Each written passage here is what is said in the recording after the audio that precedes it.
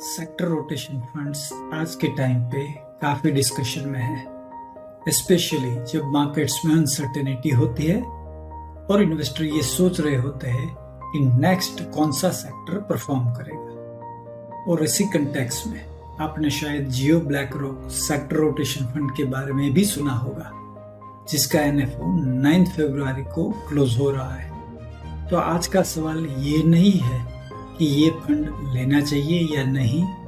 आज का सवाल ये है, सेक्टर रोटेशन फंड होता क्या है और 2026 के पोर्टफोलियो में इसका रोल क्या हो सकता है।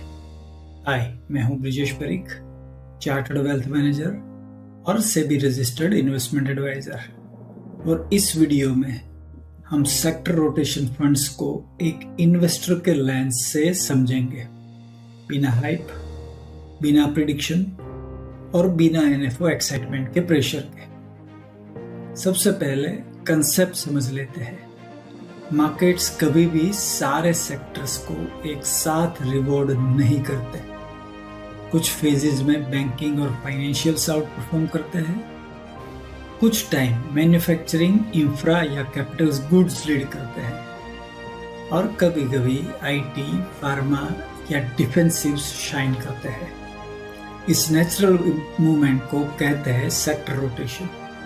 मतलब इकोनॉमी और मार्केट साइकिल के हिसाब से लीडरशिप सेक्टर्स चेंज होते रहते हैं। सेक्टर रोटेशन फंड का ऑब्जेक्टिव ये होता है कि वो पोर्टफोलियो को उन सेक्टर्स की तरफ टिल्ट करे जो करंट या अपकमिंग फेज में बेटर परफॉर्म कर सकते हैं, और अंडर परफॉर्मिंग सेक्टर्स से एक्सपोजर कम करे।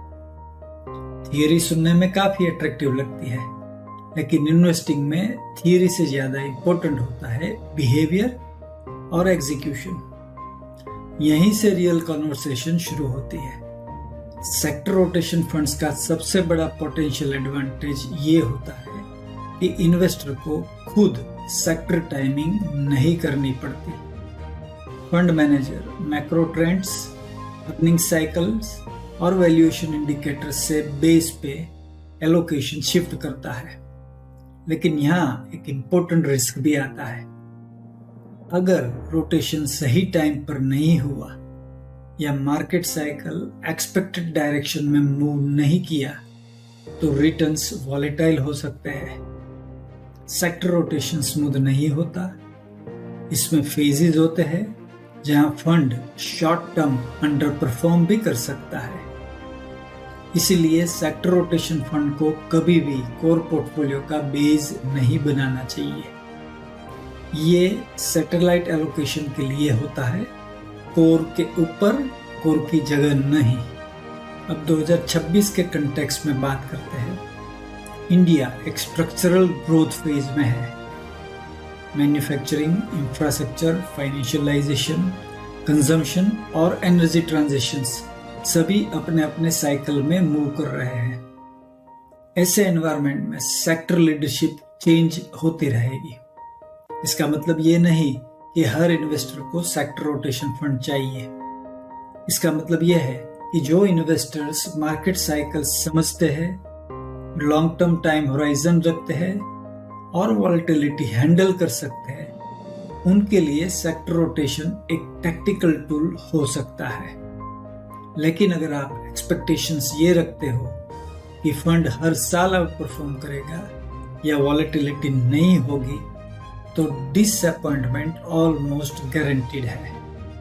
अब Jio BlackRock sector rotation fund का NFO का रेफरेंस लेते हैं।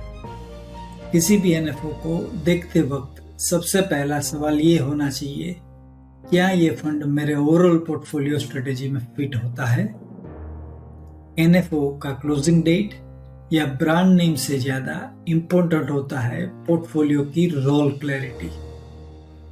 सेक्टर रोटेशन फंड को सिर्फ इसलिए नहीं लेना चाहिए क्योंकि थीम इंटरेस्टिंग है या लॉन्च नया है।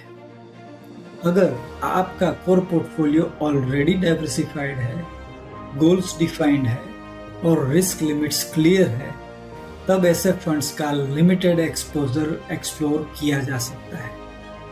लेकिन अगर आपका इन्वेस्टिंग अभी भी रैंडम है तो सेक्टर रोटेशन फंड कॉम्प्लेक्सिटी बढ़ा देगा, क्लैरिटी नहीं। यहाँ पर एक सिंपल रूल याद रखिए, कॉम्प्लेक्स प्रोडक्ट्स कभी भी वीक सिस्टम को फिक्स नहीं करते, वो सिर्फ प्रॉब्लम्स को एम्पलीफाई करते हैं। इसीलिए पहले सिस्टम बनता है, फिर स्ट्रेटेजीज ऐड होती है। सेक्टर रोटेशन फंड का रोल रिटर्न एनहांसर का हो सकता है, रिस्क कंट्रोलर का नहीं, फाउंडेशन नहीं। और यही पॉइंट मोस्ट इन्वेस्टर्स मिस कर देते हैं। अब सवाल उठता है, कैसे डिसाइड करें कि सेक्टर रोटेशन फंड का रोल है या नहीं? आंसर फंड के नाम में नहीं है, आंसर आपके एसेट एलोकेशन, टाइम होराइजन और बिहेवियरल डिसिप्लिन और ग्लोबल क्लैरिटी में है। और ये सब चीजें बिना फ्रेमवर्क के डिसाइड करना मुश्किल होता है। इसीलिए मैंने करोड़पति स्टार्टर किट क्रिएट किया। करोड़पति स्टार्टर किट आपको एक simple rule based investing system देता है, जहां पहले कोर पोर्टफोलियो डिजाइन होता है, फिर सैटेलाइट स्ट्रेटेजीज जैसे सेक्टर रोटेशन को लॉजिकली प्लेस किया जाता है, बिना गेस वर्क के, बिना इमोशनल डिसीजंस के। इसमें आपको क्लैरिटी मिलती है कि कौन सा प्रोडक्ट किस रोल के लिए है, कितना एलोकेशन सेंसिबल है और कौन से प्रोडक्ट सिर्फ टेम्पटेशन है। No hype, no enough pressure, सिर्फ स्ट्रक्चर्ड डिसीजन मेकिंग। अगर आप चाहते हो कि आपके इन्वेस्टमेंट डिसीजंस हेडलाइंस से नहीं, फ्रेमवर्क से ड्रिवन हो, तो करोड़पति स्टार्टर किट का लिंक आपको डिस्क्रिप्शन में मिल जाएगा। और एंड में एक बात याद रखिए, सेक्टर रोटेशन फंड एक टूल है और टूल्स सिर्फ तब काम करते हैं जब उनका यूज सही जगह और सही क्वांटिटी में हो। वेल्थ एक्साइटमेंट से नहीं बनती, वेल्थ स्ट्रक्चर से बनती है। Thank you for watching. अगर ये वीडियो आपको यूजफुल लगा हो तो प्लीज लाइक बटन दबाइए, चैनल सब्सक्राइब करिए और बेल आइकन प्रेस कीजिए। और इस वीडियो को उस एक दोस्त के साथ जरूर शेयर कीजिए जो एनएफओस को लेकर कंफ्यूज रहता है। Once again, thank you. See you in the next video. Bye bye, take care.